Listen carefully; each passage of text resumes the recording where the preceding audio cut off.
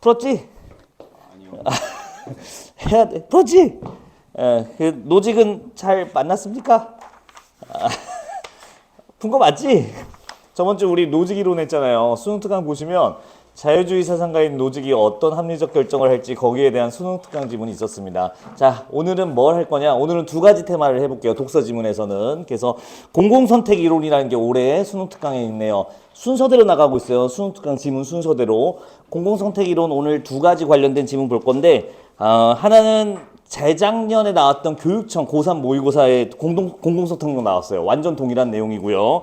그리고 이게 좀 매니악한 책인데 요즘엔 안 나오는데 2년 전에 이 수능 특강을 더 공부하고 싶은데 뭐 없어요 하면 옛날에 22년에 수능 특강 Q 미니 모의고사 스타트 뭐 1단계 있었어요. 이름 참 옛날 감성 좀 있죠. 거기에 공공선택 이론 지문이 한 번 있었습니다. 그래서 그 내용이 올해 수특하고 그래프까지 아예 똑같아갖고 오늘 그걸로 훈련한다면 올해 수능 특강 이해하는데 전혀 지장 없을 거예요. 자, 그래서 왔어. 책 여기 있어. 그래서 그거 하고요. 그리고 또 올해 이제 첫 번째 테마는 공공선택 이론이고 두 번째 테마는 여기 앉을까? 두 번째 테마는 나무 나이테가 나왔더라고요. 나무의 나이테 그거 있잖아요. 이렇게 둘러싼 거. 그래서 나이테를 통해 과거에 있었던 일련의 사건들, 뭐 과거의 대기질이라든지 수질 뭐 이런 것들을 그리고 나무의 나이 이런 것들을 나이테 누적된 데이터로 확인할 수 있는 지문이 나왔는데 요 나이테 주제는 조금 색달라서 완전 똑같은 건 없고요. 대신 옛날에 좀 많이 옛날인데 2009년에 빙하를 통해서 빙하가 생성된 당시의 연도 추론 그리고 그 안에 담겨 있는 그 공기를 통해 당시의 대기질 파악 거의 유사한 나무가 아니라 빙하로 되어 있는 지문이 옛날에 평가원 기출로 한번 나온 적이 있습니다. 그걸로 훈련한다면 나이테 좀 더 수월하게 처리할 수 있을 거예요. 그래서 두 가지 테마 연도 측정 기술 그리고 공공선택 이론 오늘 두 개 독서 지문 보고요. 문학도 순서대로 나가고 있거든요. 지금 수능 특강 두 개 갖고 왔어요. 하나는 옥소선이라고 여러분들 이번 수능 특강에는 풀 버전 이름이 다 실려 있어요. 눈을 쓸며 옥소선을 바라보다 이게 원래 원 제목이거든. 그거 그대로 써 있어요. 근데 이제 우리가 줄여서 흔히 그냥 옥소서전이라는 그냥 고전 소설 하나 있습니다. 그래서 그거 기출에 나온 적이 두 번 있어갖고 옛날 수능 특강에 나왔던 거 그리고 다른 한 2학년 교육청에 나왔던 거 그거 한번 갖고 왔습니다. 옥소선 파악한다면 금방 이거 나왔을 때 쉽게 풀 수 있을 거예요. 마지막으로 천승세의 만선이라는 희곡 작품이 또 실려 있더라고요. 그래서 이것도 이미 기출 나온 적이 있습니다. 1학년 교육청도 한 번 있긴 한데 오늘 천승세의 만선은 이게 참 기분이 이상하네. 그 2007년 수능에 나온 적이 있었거든요. 요 희곡 작품이 그 파트가 딱 수능 특강에 실려 있더라고요. 보니까 올해. 참고로 2007년에는 그때 2007 수능은 제가 본 겁니다. 제가 본 수능입니다. 그래서 그게 17년이 지나서 오늘 다시 여러분들하고 보게 될 텐데 어쨌든 제가 풀었던 수능 만선이에요. 그것까지 한번 보도록 합시다. 자, 보시다시피 지문이 조금 많죠. 서둘러서 갈 테니까 잘 익혀보시고 다시 그래. 다시 한번 말하지만 이것만 수업만 듣고 땡 하면 안 돼요. 공공선택 이론 이제 알았음. 그거는 공공선택 이론을 안 거지 올해 수능 특강에 담겨 있는 내용을 다 파악한 건 아니에요. 오늘 물론 이 수업을 들으면 수능 특강을 아주 쉽게 읽힐 겁니다. 잘 한번 익혀봐서 꼭 목차에 있는 연계 페이지에 있는 수능 특강 푸셔야 돼요. 독서하고 문학 그것도 그러니까 함께 과제인 거야. 검사만 안 할 뿐이지. 검사 안 하면 안 해도 되지 않나요? 이제 3학년이잖아. 이제 그만 그런 거네. 4쪽 들어오겠습니다. 공공선택론이에요. 이거는 과제로 한번 나갔던 걸로 기억하는데 일단 보세요. 님들아 공공선택론은 뭐냐면 시작부터 해야겠죠. 되게 쉬운데 공공 여러 집단 공동체라는 뜻입니다. 공동체가 무언가를 선택하잖아요. 왔어 여기서 공동체가 무언가를 선택할 때 어떤 기준에 따라 선택하는지에 대한 얘기가 공공선택 이론, 줄여서 공공선택론이라고 돼요. 똑같은 얘기입니다. 근데 우리 다양한 조직이 있잖아요. 뭐 하다못해 이것도 뭐 조직이지. 근데 가장 큰 우리가 잡을 수 있는 조직은 뭡니까? 여러분들이 속해 있는 가장 큰 조직이 뭐야? 국가잖아요. 맞아요. 국가 단위에서 선택할 수 있는 이론을 설명하기 위해 꺼내온 건데 기존의 철학, 사회, 법률 지문으로 처리가 안 되는 부분들을 말하는 거예요. 자, 요게 왜 또 의미심장하냐면 뭐 꼭 그런 건 아닌데 수능 지문이나 평가원 지문은 항상 시사성을 띠거든요. 그 해에 핫한 게 좀 나오거든 항상. 뭐 예를 들어서 코로나 때 맨날 나왔던 뭐 손소독제부터 해서 PCR 검사부터 해서 지긋지긋하지. 마침 올해 또 다음 달에 선거가 있더라고요. 예, 이 선거와 아주 밀접한 관련이 있습니다. 우리가 누구에게 투표를 해서 뭐 지도자라든지 대표를 누굴 뽑는가, 사람의 어떤 원리에 따라 선택하는가, 그거에 대한 이론을 분석한 거예요. 특징은 하나입니다. 특징은 하나. 경제학 원론을 들어가는 게 아주 특이한 특징이에요. 자, 여기까지. 끝. 공공선택 이론은 이게 전부야. 공공이 여러 명이 선택하는데 그 이론의 근거가 바로 경제적 원리에 따라서 한번 선택해 보겠다 이겁니다. 그래서 오늘 그래프 도표가 계속 나올 거예요. 마치 경제 지문처럼. 우리 경제 공부에서 배운 용어들 효용 같은 거 기억나세요? 당연히 나옵니다. 그런 것들도 다 나와요. X축값, Y축값 되어 있는 경제 그래프도 여기서 사용하게 됩니다. 자, 그래서 어떻게 보면 이 공공선택 이론은 사회 법률 제도 지문이면서 동시에 경제학 지문도 융합하기 아주 좋은 소재예요. 그래서 오늘 이 베이스를 한번 잘 깔아보자고요. 이미 거의 다 스포를 한 것 같은데 선택할 수 있는 경우의 수가 경제적 이론을 적용한다고 했잖아요. 근데 경제학 이론이 하나겠습니까? 여러 가지거든요. 근데 첫 지문은 조금 쉬울 거예요. 그 중에 한 지문만 집중적으로 소개하거든요. 자, 여러분들 1문단만 읽어보세요. 4쪽의 1문단입니다. 다녀오세요.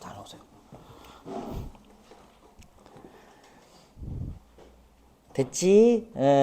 방금 한 얘기야. 정치학을 사용하는 게 아니야. 경제학으로 설명해 보는 거야. 사람들이 공공적인 선택을 하는 거. 자, 근데 조심하세요. 세 가지 중에 하나라는 게 아닙니다. 세 가지 가정에서 출발한다고 써 있어요. 네, 이게 베이스예요. 이 세 가지가. 공공선택 이론을 적용하기 위해 이 세 가지가 전제돼서 그 다음 논리가 나오는 겁니다. 조심하세요. 세 가지 의견이 있어요. 그게 아니라 세 가지 이런 가정이 깔린 다음에 시작할 수 있는 겁니다. 아까 이걸 먼저 보는 거예요. 자, 여러분들 2, 3, 4문단 맞죠? A 파트 위까지 빨리 읽어보세요.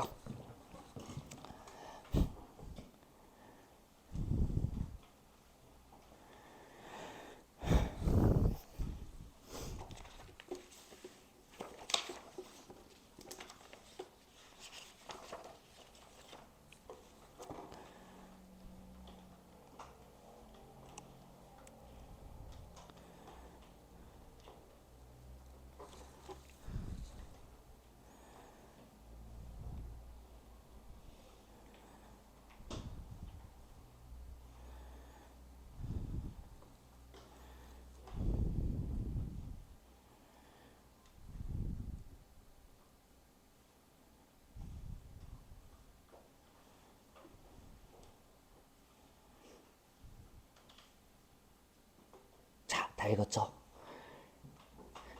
비용 최소. 자, 저기 첫 번째 가정부터 그냥 가볍게 말씀드리면요. 첫 번째 가정은 경제 주체처럼 사람을 여기 참여한 사람들을 개인으로 보겠다. 하여간 뭘로 안 보겠다는 거야. 집단으로 안 보겠다는 겁니다. 집단으로 보는 게 아니라 개개인의 상품, 경제적 주체로 처리하겠다는 게 첫 번째 얘기고요. 첫 번째 가정. 두 번째 가정은 경제인간을 본다는 건데 이건 우리가 너무 경제 지문까지 공부하고 하는데 너무 당연한 얘기 아닙니까? 비용을 줄이고 편익을 극대화하기 위한 인간들로 정의해요. 그리고 효용을 높이기 위한 거죠. 근데 이게 사람마다 다르기 때문에 다른 선택값이 나올 수는 있습니다. 일단 요 정도 깔려 있고요. 자, 이 마지막 가정, 세 번째 가정이 중요한데요.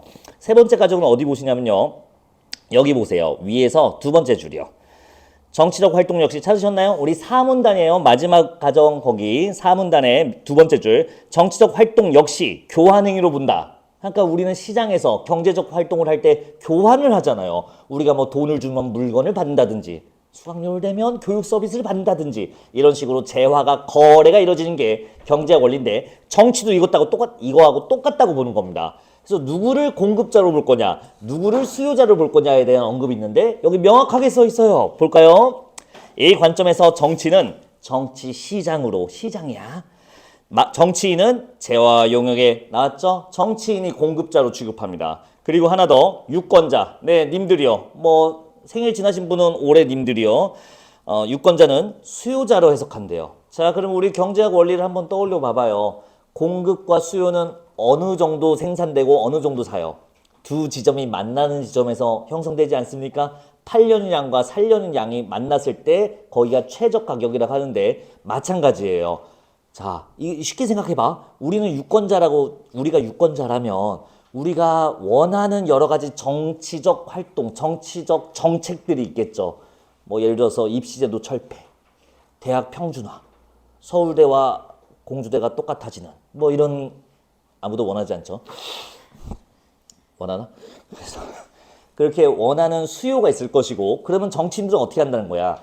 여기 이 수요에서 자기들이 할 수 있는 최적의 상황에서 여러분들께 정책 공약이라는 틀을 통해 제공한다는 얘기입니다. 정책을. 그게 바로 경제 관점이 적용되는 수요 공급자 원리 내용이에요. 조금만 더 읽어볼게요.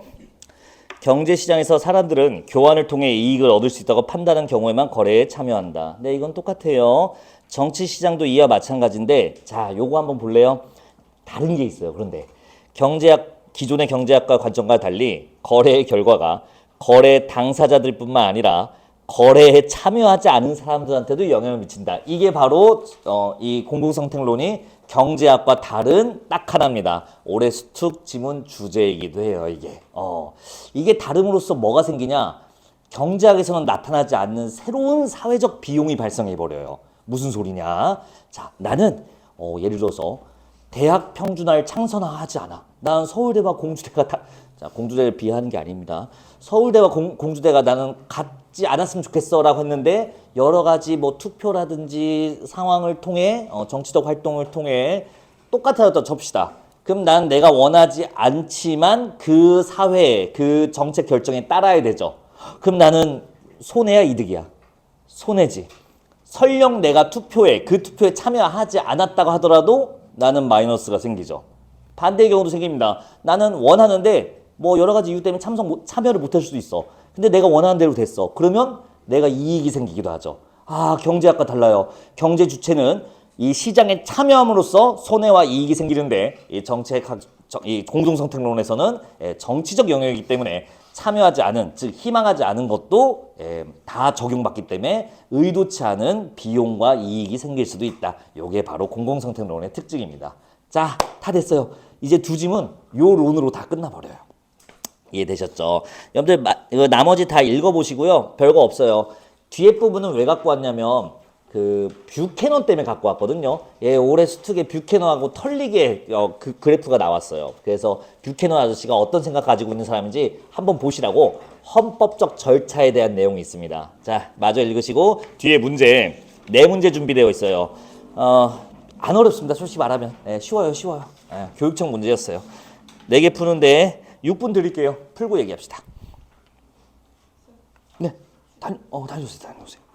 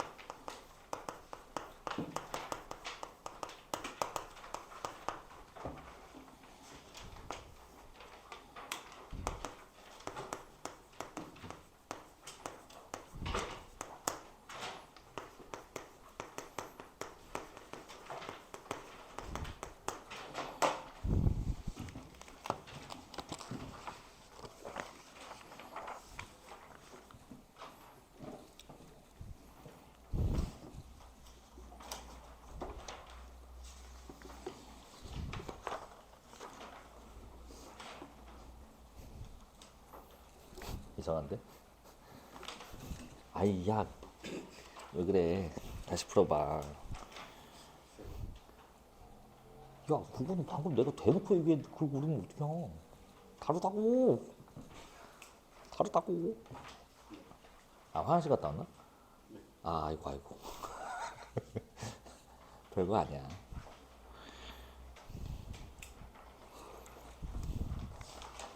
10초 남았습니다. 아, 많이들 푸셨네요. 그 이트스 모의고사 성적은 봤는데 큰일 난 것 같거든요. 우리 열심히 좀 해야겠습니다. 응? 그거? 넌 안 왔지 않냐? 문제는 받아갔니? 네, 그래요. 아, 그나마 네가 나쁘지 않... 이거였나 이거였나?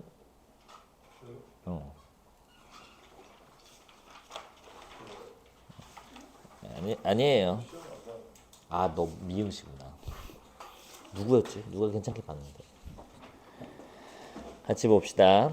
아, 참, 이 아래 나온 거, 그 공공선택론에 대한 이제 단점 얘기했거든요. 문제점 얘기했는데요. 그 중위 투표자 정리 모형하고 합리적 무지 모형. 이거 다 단점이에요, 님들아. 문제점이야, 문제점. 여러분들 중위값하고 평균값 구분하는 거 정도는 아시죠? 이거는 우리가 소득 따질 때도 많이 따집니다. 평균 소득으로 따지냐, 중위 소득으로 따지냐가 달라지는데요. 자, 보세요. 내가 숫자 지금 호이 이렇게 써놨거든. 그래서 5가지 숫자를 써놨는데 평균 대충 계산 되실까요? 뭐 한 100 몇 나오겠지, 평균. 중위값은 몇이야? 평균값은 100 몇 해볼까? 106, 100, 아유, 딱 안 나오는구나. 203.5쯤 나오나? 아니 103.5쯤 나오나, 평균값은? 중위값은 몇 나와요? 3이 중위값이에요. 중위값은 값들의 평균이랑 전혀 다릅니다. 말 그대로 세워놨을 때 가운데 위치한 값, 그게 중위값이에요. 자, 됐을까요? 평균이 아닙니다. 그래서 이렇게 사회학적, 심리학적, 정치학적 용어 사용할 때 값을 수치화할 수 없는 것들은 보통 중위값을 따져요. 다만 여러 가지 의도에 따라 값으로 매길 수, 수치화할 수 있는 것도 중위값을 따지기도 합니다. 방금 말씀드린 평균 소득이 여기에 들어가요. 자, 우리가 옛날도 아니야, 지금도 그 우리나라 몇 살, 뭐 20대, 뭐 30대 평균 소득 이런 얘기를 좀 많이 쓰거든요. 근데 이게 사실 의미가 없는 게 뭐 우리나라는 좀 그나마 덜한 편이라고는 하는데 그래도 빈부의 격차는 분명히 존재합니다. 여러 가지 이유 때문에. 근데 이 부라는 것은 사실 상위 몇 프로에 집중적으로 쏠려 있기 때문에 평균값을 구하면 얼마인 줄 아세요, 님들? 제 나이 평균 소득이 680만 원에서 820만 원쯤 나온대요. 평균 월급이. 지금 평균 소득을 따지면 내가 몇 살이지? 37세. 근데 내 친구 중에 한 명도 없거든. 뭐지? 내 친구들은 다 거지들만 사귀는 건가? 그게 아니라 소수 몇 분들이 0.1% 분들이 한 달에 상상하기 힘든 소득을 이제 벌고 있기 때문에 평균값이 이렇게 올라가 버린 거죠. 그러니까 이거는 이제 우리 생활을 정확히 진단하는 값이라 보기엔 조금 힘들어요. 그래서 뭘 많이 하냐? 이 중위소득을 최근에 씁니다. 약간 소득 이제 딱 뭐 37세가 뭐 60만 명쯤 있다 가면 1등부터 60만 명까지 쭉 세워요. 그리고 30만 등이 얼마 버냐? 그게 중위소득입니다. 그렇게 따지면 여러분들이 좀 납득할 만한 결과값이 나와요. 말해도 되나? 320인가? 이렇게 나온대요. 317인가? 이렇게 나온대요. 이게 제 나이 평균 월급이랍니다. 평균이 아니라 중위값. 월급 중위값이래요. 뭐 그러면 제 친구들이 좀 나오는 것 같습니다. 자, 그래서 이 중위값을 이제 중위값 얘기했는데 중위 모형은 뭐냐? 투표는 경제학과 다르게 나는 100원에 사고 싶은데 150원에 팔기도 하고 200원에 파네. 안 사. 이렇게 되거든요. 역시 정치 결정이기 때문에 좀 다릅니다. 설령 내가 원하는 가격인 100원이 없더라도, 즉 내가 원하는 정책이 없더라도 그거랑 가장 유사한 거를 수요한다는 얘기예요, 이게. 그러면 결국에 무슨 일이 생기냐? 자, 5명 있다고 쳐볼게요. 이걸 수치화 쓴 김에 1은 1의 정치를 원하고 얘는 2라는 정책을 원하고 얘는 100의 정책을 원하고 얘는 101의 정책을 원하는데 자, 어디다가 지금 이제 공급자, 그러니까 정치인들은 어떤 정책을 공약으로 내세우냐면 3으로 내세운다는 거예요. 왜? 중위값이기 때문에 결국에 대안을 찾다가 가장 가까운 값으로 몰리게끔 되어 있다는 거죠. 평균 중위값에 모여 있기 때문에 그런 이유가 생긴대요. 자, 그러면 이게 뭐가 문제냐? 민주주의가 아니라는 거지. 다양한 사람들의 만족도를 최대한 올리기 위한 건데 사실상 중위값 특정 의견만 반영한 거와 다를 바가 없지 않냐. 그럼 이게 어떻게 민주주의냐? 라는 비판을 받는데요. 예, 이게 첫 번째 공공선택론으로 분석했을 때 문제점 요거 하나 나오고요. 두 번째는 합리적 무지였는데요. 합리는 경제학에 사용하는 그 합리적인 거 맞습니다. 가장 내가 비용이 적고 이득이 가장 큰, 즉 내가 얻는 이득이 가장 큰, 편익이 가장 큰 상태를 선택하는 게 바로 합리적인 경제 인간관이에요. 근데 이 합리적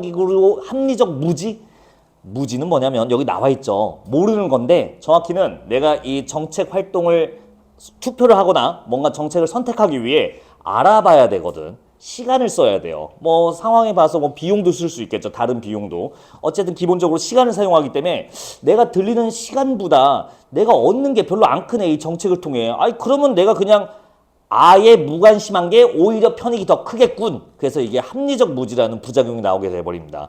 그러니까 오히려 정치에 참여하지 않는 게 그거 시간 쓸 바에는 그냥 내가 노는 게 더 이득인데 내가 그때 일해서 돈 버는 게 오히려 이득인데 이 정책이 결정되는 것보다 이렇게 생각한다면 오히려 그러면 이런 사람들은 다 빠져나가고 누구만 남는 거야. 그 정책이 꼭 필요한 아주 특수한 계층만 남아버리기 때문에 사실상 똑같은 문제가 생겨요. 민주주의가 아니다. 소수의 특별한 계층의 요구만 수용하게 되는 그런 특수한 시장이 돼버린다. 민주주의랑 원리랑 좀 멀어진다는 얘기가 같이 나오게 되는 겁니다. 됐을까요? 예, 이렇게 두 가지가 문제점은 나왔고요. 이걸 해결하기 위해 오레스 투 아저씨 뷰캐넌이 나왔습니다. 야, 내가 요즘에 게임을 하나 시작했는데 그 야구 좋아하는 사람 중에 혹시 투수 중에 뷰캐넌이라고 있어요? 삼성에 있지, 그치? 오, 난 깜짝 놀랐어. 그분이. 아, 모른 척 하세요. 야구를 다시 봐야 돼갖고. 해결책을 제시했는데 뷰캐넌이 헌법정치 경제학이래요. 자, 두 가지 제시했거든요. 다 읽었죠. 예, 일상적 정치는 바로, 이게, 여기는 설명이 조금 불친절한데, 경제 원리에 따라 움직이라는 거예요, 이거는. 뭔 소리야? 네가 가장 이득이 큰, 저기, 문제점이 했던 거 있잖아요. 편익을 중시하다 보니까 무슨 일이 생긴다. 자, 여기서는 그렇게 하든 말든 최대한 네가 그 편익이 최대한 되게끔 추월적의 경제적 원리에 따라 네가 행동해라. 거기가 바로 일상적 정치판이에요. 아니 그럼 저런 문제 똑같이 생기지 않아요? 저게 왜 해결되냐? 헌법적 정치에서 이거를 우리 모든 합의를 통해 그래서 규칙, 규정 이걸 여기서 정해 놓은 상태에서 그 아래에서 경제적 활동한다면 저 문제가 해결된다. 이렇게 하고 끝나요. 근데 이게 납득이 좀 잘 안 돼. 무슨 말이냐? 투표 안 하면 벌금 100만 원. 이런 식으로 하라는 뜻이에요, 이게. 그러면 아까 있던 문제점들을 우리가 저 문제점들 나오는 건 다 잘못된 거라고 동의하니까 그런 거 하지 않게끔 저런 거 일어나지 않게끔 우리가 규칙을 정해놓고 그 다음에 경제적 원리에 따라 우리가 이득이 큰 걸로 서로 싸우자 이 얘기입니다. 그래서 어떻게 보면 좀 결합한 거죠. 정치학적 역량과 경제학적 원리를 함께 결합한 게 바로 헌법정치 경제학입니다. 이름 보세요. 정치 경제학이에요. 그래서 짬뽕 된 겁니다. 자, 그러면 문제 보러 갑시다. 야, 안 어렵지 않냐? 화장실 갔다 와서 그렇죠. 1번의 답은 5번입니다. 문제를 해결하기 위해 공약을 강조한다. 전혀요. 여기 공약이란 얘기 자체가 없어요. 공약을 중위값에 맞춰서 이제 선택해서 한다는 건데 이게 사회적 문제를 해결하기 위한 게 아니라 본인 스스로 정치인인 공급자가 수요자한테 선택받기 위해 하는 행위지 문제를 해결하기 위한 게 아닙니다. 문제를 해결하기 위해 제시된 거는 헌법정치 경제학이었어요. 뷰캐넌의. 그래서 5번은 뭔가 이상하게 짬뽕되어 있습니다. 자, 사회 문제 해결하기 위해서 헌법정치 경제를 제공한 거고요. 정치인의 공약을 강조한 이유는 수요자한테 선택을 받기 위해서입니다. 두 개가 다릅니다. 요거 골랐어야 됐고요. 선지 3번. 경제시장과 정치시장은 어떤 차이가 있는가? 너 화장실 갔다 와서 못 들었지? 경제학은 참여한 사람만 이익과 손해가 생겨. 근데 정치학은 참여하지 않은 사람도 똑같이 이익과 손해가 생겨.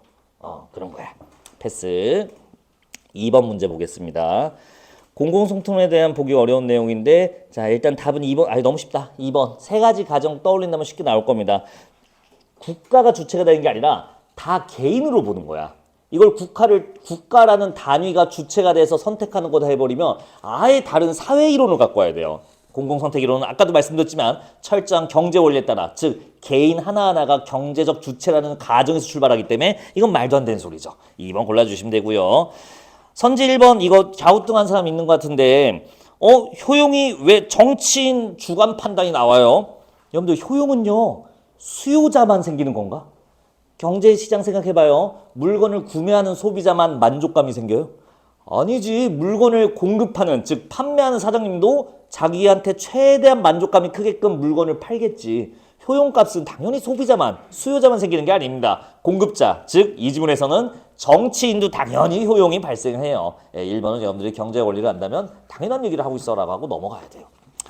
자 3번 문제 이거 야 그래프만 번지를 하지 이거 틀린 문제 아니야. 자 보기 항상 말씀드렸죠. 그림 나오면 뭐부터 보라고? 텍스트부터 보라고. 자, 그 아래 텍스트 보시면요. 두 번째 줄 봐봐. 갑은 M 입장에서, 을은 B 입장에서 정책 제시. 됐어요. 아까 이거 중위값에 몰린다는 얘기 하고 싶은 거잖아요. 사람들은 자기의 선호도가 가장 가까운 걸 선택하게 되어 있어요. 이게 경제학과 다른 원리예요. 자, 그렇다면 답은 이거 뭐야? 3번 해주시면 됩니다. A가 R 성향을 제시한 을에게 투표한다? 아니요. A는 보시다시피 눈이 있으면 봐봐요. M이 더 가까워요. M을 제시한 저기 갑을 선택해야죠. 됐을까요? 가까운 거로 간다 그 얘기야. 이건 안 어려워. 4번 보도록 합시다. 기억처럼 생각한 이유. 사람들은 모두 이 헌법적 정치에는 규칙 규정 제정하는 데는 참여할 거래요. 자 그러면 뷰캐넌의 타당성을 검증하는 게 아니라 뭔 생각을 했길래 네가 이렇게 생각하냐라고 하면 답은 이거야. 모두가 이게 좋다고 생각할 거니까.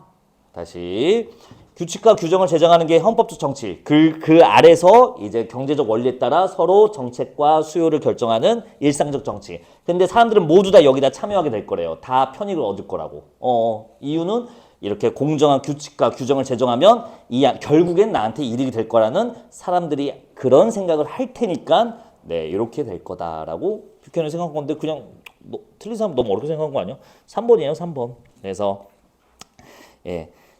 마지막에 이유도 있었죠. 정확히 산정하기 어려운 거고 그렇다면 여기는 모두 다 자신의 이득을 얻을 수 있는 곳이라고 생각하기 때문에 참여하게 될 것이다. 그 얘기하고 싶었던 겁니다.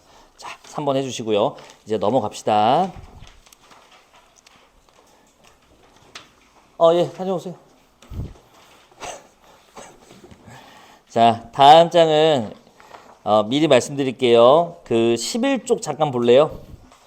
이 그래프입니다. 올해 수특에 실려있는 그래프가 그냥 똑같습니다. 오늘 여기서 잘 배워가서 거기 가서 이제 수특 이제 여러분들이 푸실 때 그냥 아유 편해라 솔직히 말할까? 그냥 풀릴걸? 오늘 이거 공부하시면 되게 쉬워요.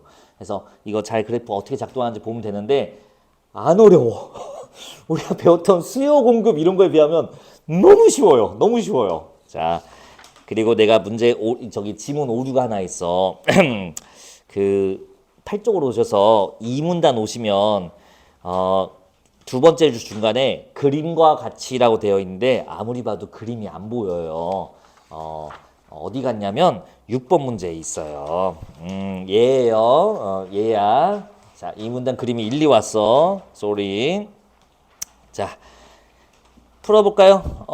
이미 여러분들은 다 공공선택 이론이 뭔지 압니다. 자, 여기는 공공선택 이론. 여기는 세 가지 다른 접근 방법이 나와요. 이건 앞에 거랑 달라. 아까는 공공선택 이론이 성립하기 위한 세 가지 가정이라면 이번에는 공공선택 이론을 바라보는 세 가지 관점, 다른 관점이 나와요. 잘 차이점을 보시면 되는데 아마 충분히 납득되실 겁니다. 이것도 시간 재드릴게요. 네 문제입니다. 6분 40초면 되겠네요. 출발.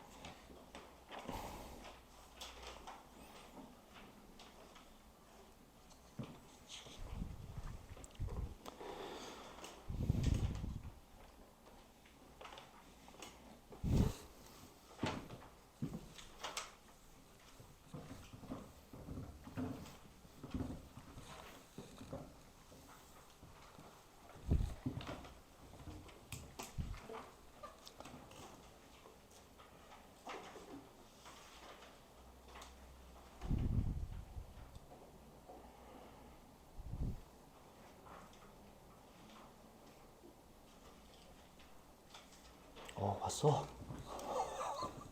책 여기 있어. 우리 8페이지 보고 있어. 빨리 어디 가져가. 여기 자리 있어.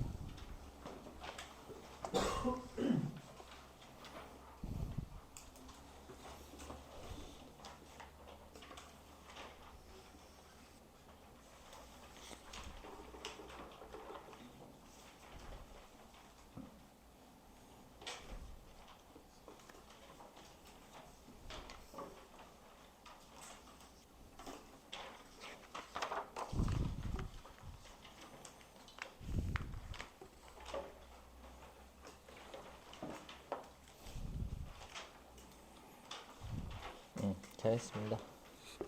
휴.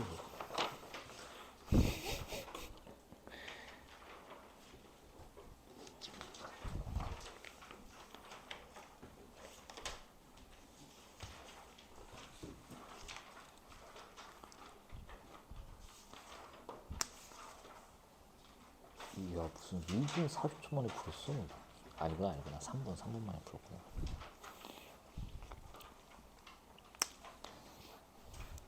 자, 2분 30초 남았습니다. 여유 있죠?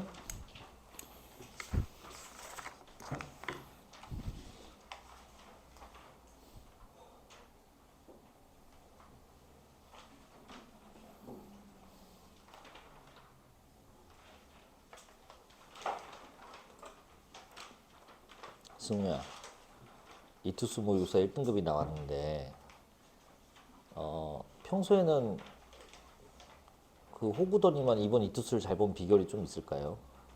지금 아주 잘 맞았어요. 그렇군요.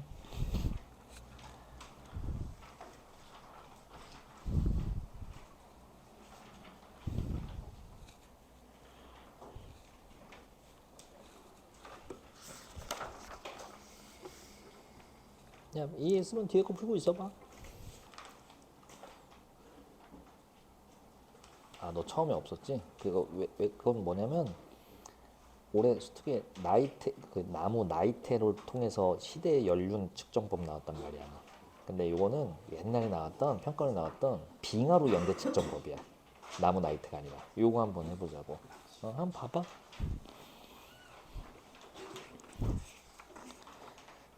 다 하신 분은 뒤에 거 그냥 빙하 먼저 보고 있을래요? 빙하는 짧은 지문이라서 저랑 같이 보고 처리할 거니까 미리 보셔도 괜찮습니다.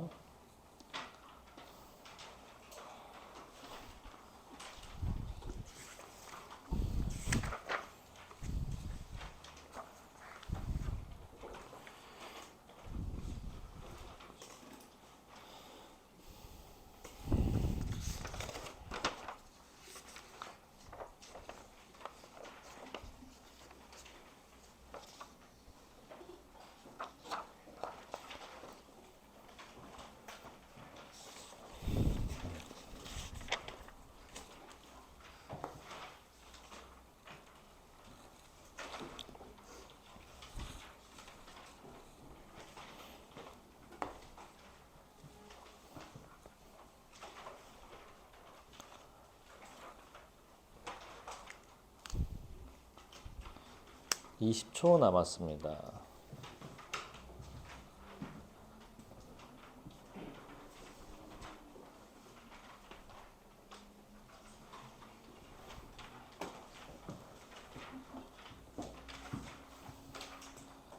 내신 기간이라서 이감 모의고사 하기 좀 부담스러우신 거죠. 지금 신청자가 몇 명 없어서 이제 내일 시키려고 하는데 4명이었나? 6주 동안 나온 거니까 할 수 있으면 야 정시반은 웬만하면 좀 하지. 그럼요. 이씨 거기다가 내가 겁내 자세히 올려놨구만. 아 그래? 그러면 봐 임마. 근데 뭐 그래 죄송할 일이다. 내가 이것저것 너무 많이 올렸네요. 이감은 원래 시즌 2 얘들 웃겨. 원래 시즌 2 딱 2주분 나왔거든. 이게 뭐냐면 시즌 1 끝나고 니들 내신 대비 많이 하잖아 3학년 1학기 때. 그러니까 딱 2주만 요 3월 중간고사 들어가기 전에 쏙 2주 팔고 잠깐 쉬었다가 시즌 3에서 딱 중간 끝날 때 다시 내고 이랬거든. 근데 올해는 시즌 2 그냥 6주를 내버렸어요. 그래서 이번 시즌 2는 6주 동안 제공이 되는데 간쓸게 매주 한 주에 한 권씩 책이 와요. 안 해보신 분은 야 정시반은 하는 거야 이거 원래. 매주 한 권씩 책이 오고요. 여러분들이 지금 제가 드린 교재 뒤에 과제 5일치 과제 있잖아요. 거기에 플러스로 5일치 과제가 더 온다고 생각하시면 편할 거예요. 하루에 독서 문학 합쳐서 3-4지문 정도 실려 있습니다. 플러스야 플러스. 그리고 모의고사 2회분이 들어간대요. 뭐 그렇게 제공된답니다. 6만 원이었던가 그럴 거예요. 선생님 저는 가격이 좀 부담돼서 말해 내가 사줄게. 포인트에서 마이너스 빼면 되지 뭐. 포인트가 부족하면 그럼 마이너스 해놓고 이제 빚 갚아가는 거지. 과제에서 오늘도 너 이감 빚을 탕감했다. 야 농담이 아니라 사줄게. 잠깐만 그럴 거면 그냥 학원을 끊고 그냥 이감이나 사. 아유 진짜 더 비싼 거 내고. 다 됐죠? 시간 다 됐고요. 자 3가지 방법 나왔고요. 투표 결정 그리고 개체주의 방법, 유기체적 접근 방법 이렇게 3개 나왔는데 자 올해 수투는 개체주의 방법이 실렸고요. 투표를 통한 결정 방법은 딱히 어려운 건 없어요. 네, 효용 얘기가 나오지만 우리가 경제학 공부할 때 효용이라는 얘기를 이미 배웠다면 근데 좀 불친절하시죠. 효용 얘기도 안 하고 이제 더 이상 효용 따위는 설명하지 않습니다. 효용은 만족감이에요. 우리 했었어요. 한계 효용 체감 법칙 이런 것도 했었다고. 오수병이 햄버거를 하나 줄 때와 2개 줄 때와 100개 줬을 때 기분이 높아가는 게 점점 줄어든다고. 그 만족도를 말하는 거예요. 그러니까 한계국수는 항상 이렇게 무한히 올라가는 게 아니라 뿔 모양 올라가는 게 아니라 이게 하향하는 곡수를 이게 좀 줄어듭니다. 항상 한계 효용은 돈 같은 특수한 재해를 제외하고는 대부분 체감 점점 감소하게끔 되어 있습니다. 마찬가지예요. 이 정책도. 자, 근데 어디였어?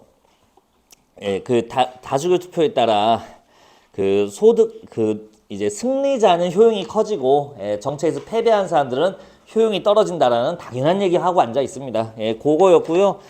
바로 그냥 6번 문제 볼까요? 여러분들 기억을 채택했대요. 다수결 투표를 했대요. 그럼 당연히 다수가 승리하죠. 다수파가 효용이 증가할 거예요. 이런 그래프 처리하는 방법 별거 없습니다. 이 그래프는 공식 그래프는 아니고 이 문제를 위해 만들어진 그래프야. 이걸 공공성탕론에서 쓰는 그래프는 아닙니다. 이 6번 그래프는. 하지만 우리한테 묻는 건 너무 명확해요. 텍스트부터 봐요. Y축은 소수파 효용, X축은 다수파 효용. 끝났어. 중앙에 있는 2가 어디로 가면 돼? X축으로 가면 돼요. 다수파 효용이 커졌으니까. 어디입니까? 나와라. 답 4번 그냥 이렇게 해주시면 됩니다. 쫄지 마세요. 그래프 별거 없습니다. 자, 다시 돌아와서 제일 중요한 거. 개체주의적 방법.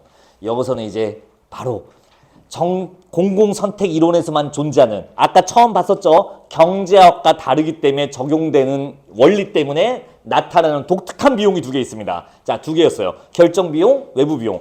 이거는 경제학에서는 작동하지 않아요. 여기서 공공선택론에서 작동합니다. 자, 결정비용은 이렇게 써 있죠. 합의를 위해 필요한 가격이래요. 약간 설득하기 위해 그리고 합의하기 위해 정보 제공하기 위해 협상하기 위해 계약하기 위해 그때 들어간 비용을 말합니다.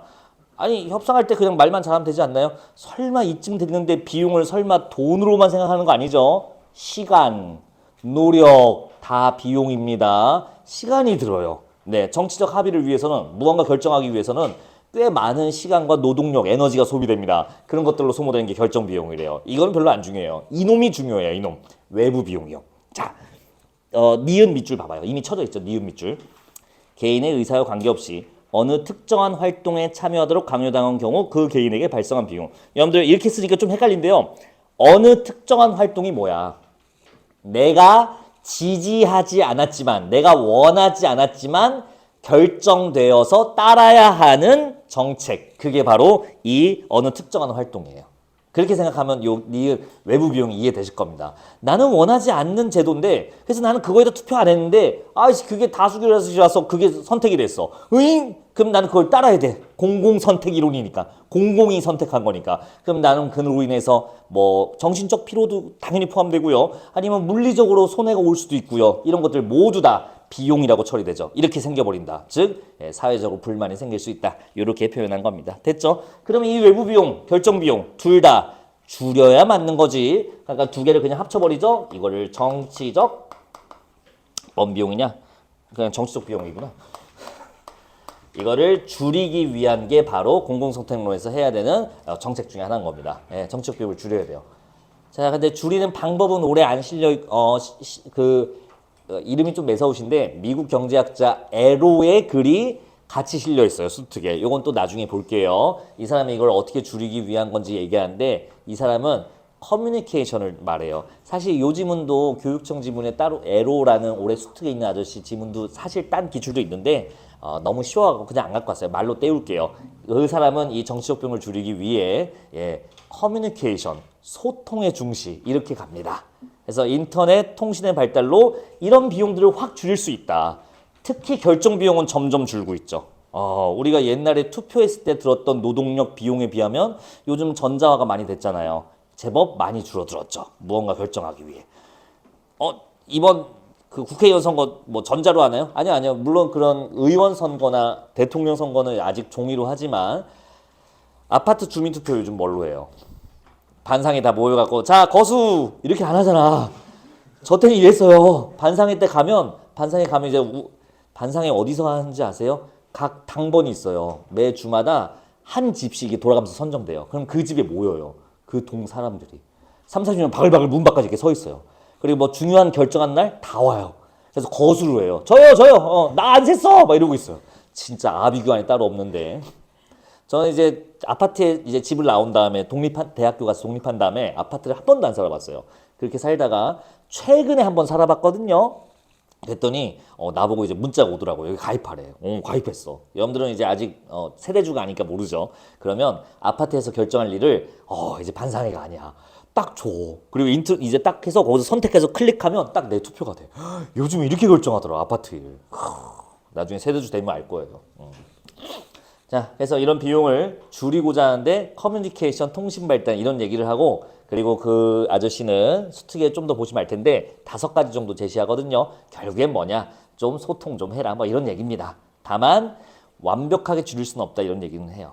나중에 그건 수특 꼭 보셔야 됩니다. 어렵진 않아서 넘어갈게. 됐고요. 자, 이게 가장 적은 지점이 가장 최적 효율이다. 우리가 경제학에서 비용이 가장 적고 이익이 가장 큰 지점을 최적의 효율이라고 보듯이 여기도 이게 가장 작은 게 비용이 가장 적으니까 최적 효율이다. 그 얘기입니다. 자, 마지막 문단이라고 해야 되나? 8쪽의 마지막 문단은 유기체적 접근론인데 이거는 완전 다르죠. 이거는 아까 나왔던 3가지 가정이랑 별개의 것 뜻이에요. 참고로 첫 번째 지문에 이 말 있었다. 유기체적 방법론과 다르게라는 말이 분명히 있었다. 첫 지문에도. 여러분들이 봤을런지 모르겠네. 여기는요. 간단해요. 개인이 아닙니다. 정부나 국가 이런 공공 집단도 하나의 주체로 처리하는 거예요. 그러면 얘들이 이득이라고 생각하는 건 뭘까? 공공의 이익이라고 생각하는 게 이 집단이라는 주체의 생각이다. 그럼 결국엔 정책은 어디서 결정된다? 공익 극대화. 여기서 이제 등장하는 사람이 벤담, 공리주의 또 나오게 되는 거죠. 그런 식으로 이제 연결이 됩니다. 자, 요거는 뭐 별로 중요하지 않으니까 이번 테마에서는 가볍게 보고요. 자, 오른쪽 보시면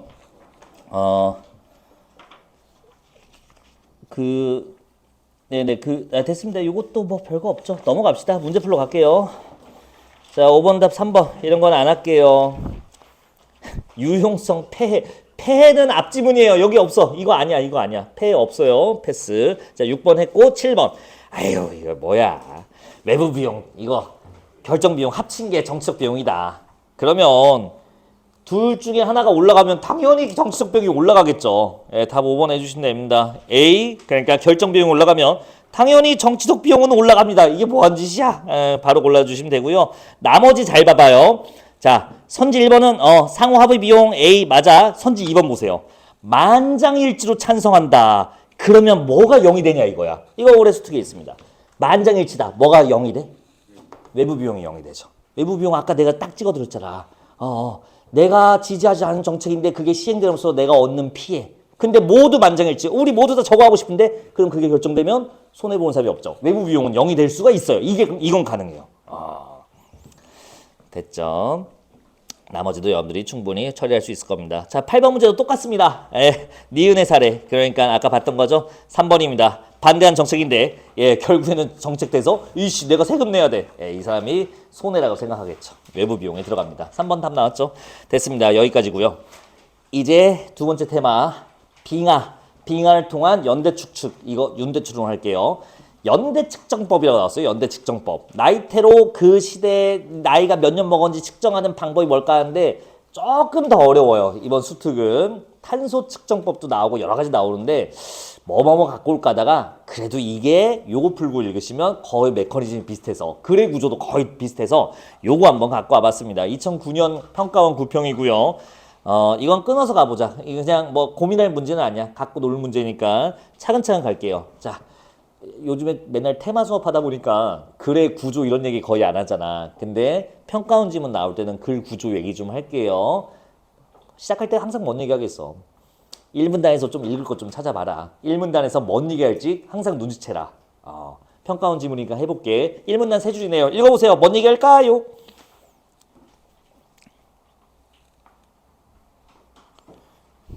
됐죠? 여러분들 기억하세요? 빙하가 갖고 있는 자료가 뭐예요? 빙하에 담겨있는 정보가 뭐야? 두 개야, 두 개. 첫 줄 다시 봐봐. 한 개가 아니오.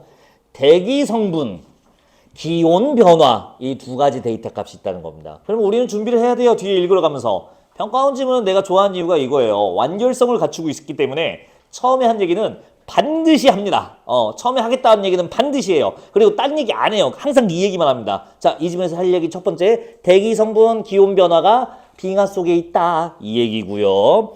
문장이 하나 더 있네요. 과학자들은 빙하를 분석함으로써 지구온난화 등 지구가 겪고 있는 여러 문제에 대한 중요한 정보를 얻고 있다. 지구온난화에 대한 문제에 대한 정보도 있나 보다. 자, 각각 이 지문에서 읽어야 될 건 세 개예요. 빙하 속에 있는 대기 성분 어떻게 있는가? 빙하 속에 그러면 빙하를 통해 기온 변화를 어떻게 확인할 수 있는가? 그리고 지구온난화 문제에 대한 정보가 뭐가 있는가? 이 세 개 읽으러 가면 됩니다. 그리고 순서의 원리. 소개한 순서대로 설명해 줍니다. 이 평가 아저씨들은 참 친절해. 이 문단 뭐 나오겠어요? 네, 비록 직접 나오진 않지만 침착하게 읽으면 방금 제가 말씀드린 거 거의 이제 눈치챌 거예요. 자, 이 문단 조금 길죠? 읽어보세요. 이 문단.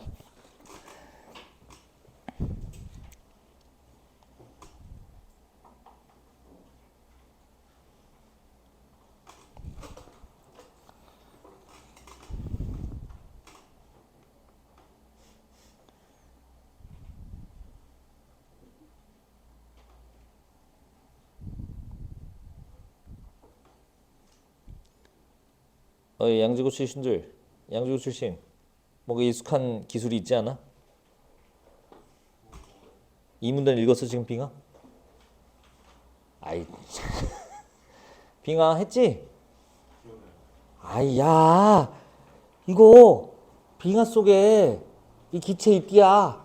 이거를 어떻게 해서 이 기체 성분을 분석한디야? 기체 크로마토피 기억 안 나? 같이 했잖아 대신 때. 이거 작년 수특입니다. 기체 크로마토피의 기술적 원리, 기계 작동 원리가 작년 수특이었어요. 나왔던 거 또 나오고 해요. 돌고 돌아요. 어쨌든 그거는 기술이고. 자, 이 문단 읽으셨죠? 뭐 보이세요? 좀 노골적으로 말하거든요. 이 세 번째 줄 보세요. 세 번째 줄. 눈은 얼음으로 변형된다. 이때 눈입자들 사이에 들어있는 공기가 얼음 속에 갇히게 됐고. 자, 뭐 설명하고 싶은 거야? 첫 번째 주제, 대기 성분이 어떻게 여기 갇히는지 설명하고 있는 겁니다. 자, 그리고 아유 이거 뭐야? 클라트레이트 수화물. 이거 별사탕 달려있네요. 근데 별사탕 읽어보니까 별거 아닌 것 같아. 자, 메탄 이산화탄소 질소라고 아주 구체적으로 어떤 대기 성분인지 바로 알려줘 버리죠. 네, 이게 들어있던 겁니다. 이게 들어있어요. 이게 뒤에 또 써먹습니다. 그래서 이게 들어있고요. 계속 말하죠. 다음 줄 보니까 이 속의 기포들은 당시 대기 기체 성분을 그대로 갖고 있는다. 됐습니다. 빙하에 대기 성분이 이런 식으로 들어있었네요. 됐죠? 그래서 이렇게 해서 당시에 이산화탄소, 메탄 등 과거 지구의 대기 성분과 농도를 알아낼 수 있다. 여기까지. 잠깐만요. 하나 나온 거야. 하나. 빙하 속에 대기 성분이 들어있다. 이런 것들이 들어있다. 근데 이렇게 해도 지금 얘기했잖아. 이런 말들을 좀 민감하게 보라고. 과거 지구의 메탄 이산화탄소 같은 거에 대기 성분뿐 아니라 농도도 할 수 있대요. 농도란 얘기는 지금 아까 처음에 사실 없었거든. 근데 대기 성분 그리고 요거 농도도 알 수 있습니다. 하고서 일단 마무리하고 접어요. 다음 문단은 뭐가 이어지냐면 우리가 예측한 것처럼 기온 변화 얘기가 나올 겁니다. 자기가 스스로 자백해요. 기온 변화 얘기하고 싶은데 이게 저것만으로 좀 안 되더라 하면서 이어집니다. 3문단 읽어보세요. 그 3문단까지 읽으세요. 다 읽으세요. 시간 남으면 오른쪽 거 풀어보세요.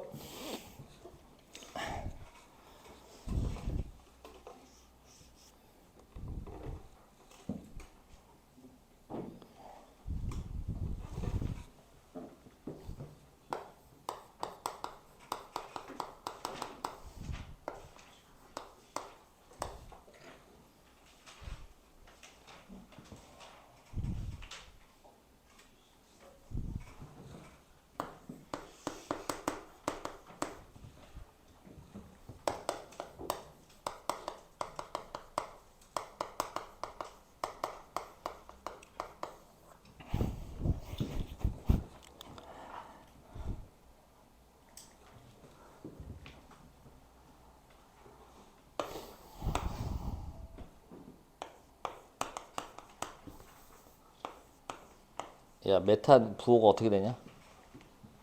네. 메탄 부호가 어떻게 돼? 이산화탄소가 CO2잖아. 메탄은 뭐야? 왜 이렇게 어려워? 아, M 뭐 그런 게 아니었어? 이거야? 아, 헤헤. 됐어, 됐어, 됐어. 몰라. 아무도 몰라. 내가 봤을 땐 다 똑같아.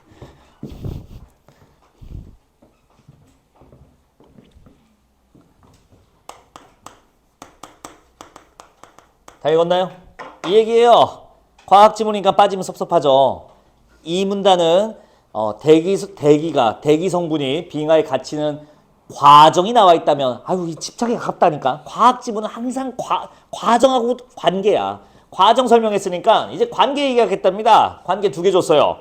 기온 변화요. 우리가 지금 처음에 얘기했던 거. 동위원 소비를 이용하겠대요. 뭔지 잘 모르겠어. 이 정도는 알지 근데. 동위원 소비는 기온 변화랑 전비를 갖는다. 자 여기까지. 깔끔하게 끝난 것 같거든요. 근데 마지막 문단이 하나 더 추가하죠. 아까 잠깐 쓱 얘기하고 빠진 거. 이산화탄소와 메탄의 농도도 알 수 있다고 했었잖아. 이 얘기를 다시 한번 써먹습니다. 관계 문제 하나 더 내고 싶었나 봐요. 예, 이 농도와 기온이 서로 비례관계인 거 얘기 나왔죠. 농도가 높을수록 기온이 올라간 걸로 본다.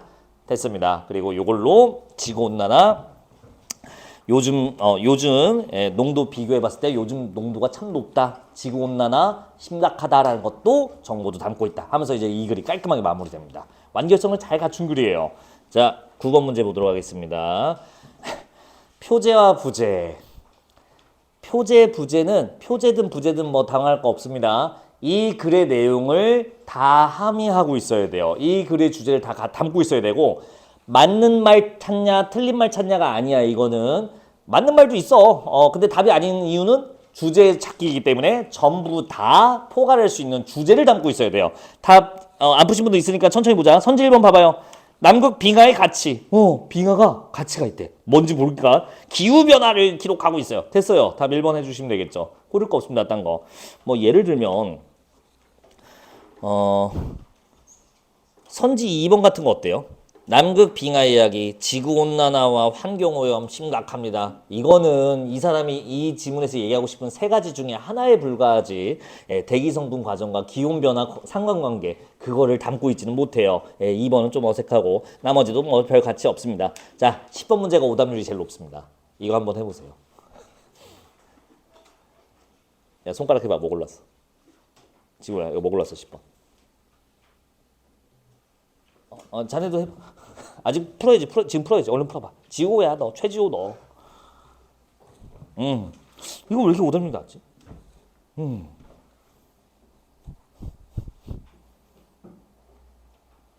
믿을 수 없지만 이게 정답률이 30%라면 믿겠습니까? 나도 믿을 수가 없어요. 믿기지 않아요. 뭘 제일 맛있겠어? 2번 골랐대. 아이고 이거 미리 말해보면 재미없는데. 나도 모르겠어. 왜 그랬는지. 네, 이것 때문에 갖고 온 거예요, 사실은. 연대 측정법이라는 게 이건데요. 바로 주기성입니다. 어떤 데이터 값이 쌓이는 게 오랜 세월이 랜덤하게 쌓이는 게 아니라 일정한 주기를 갖고 있으면 그걸 통해 추론할 수 있는 게 뭐냐? 아이 생성연대. 언제 만들어진지 이 주기를 통해 계산할 수 있다. 나이테랑 똑같습니다. 자, 이 내용이 겹쳐요, 완벽하게. 나이테도 마찬가지입니다. 어떤 그 태가 쌓인 주기성이 있을 거 아니에요? 이걸 통해 여러분들 보고 계산을 할 겁니다. 나무의 나이 따위를 말이죠.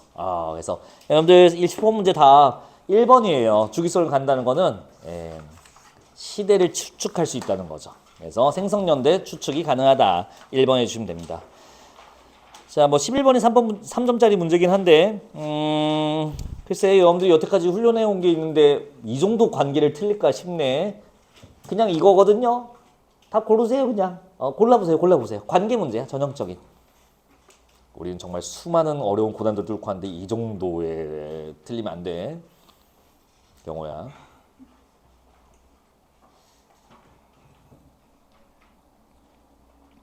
경호야 혹시 다 고른 거야?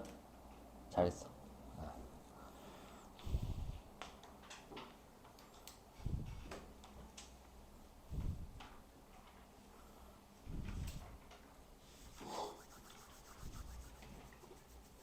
오늘 모의고사 다 보실 거죠?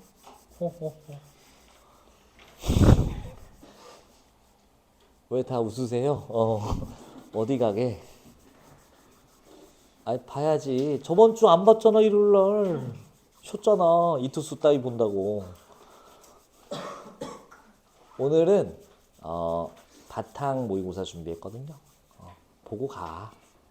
재밌겠다. 아니 잠깐.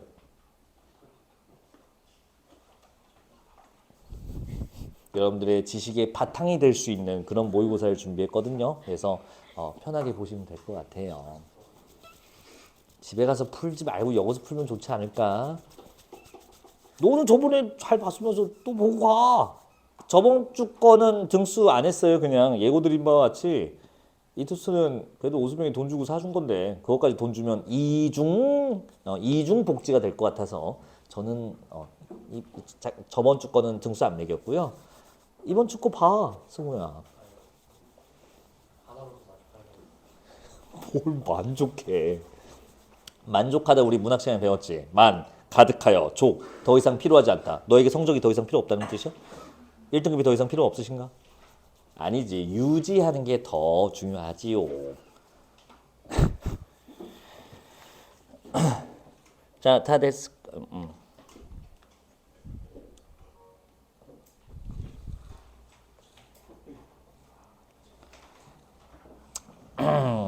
야, 봐봐. 기온과 동위원 소비는 비례. 메탄 이산화탄소 농도와 기온이 비례. 그렇다면 이 정도 추론 되지 않냐? 우리 돌림임 추론까지 하고 왔는데 동위원 소비와 농도는 비례야 반비례야?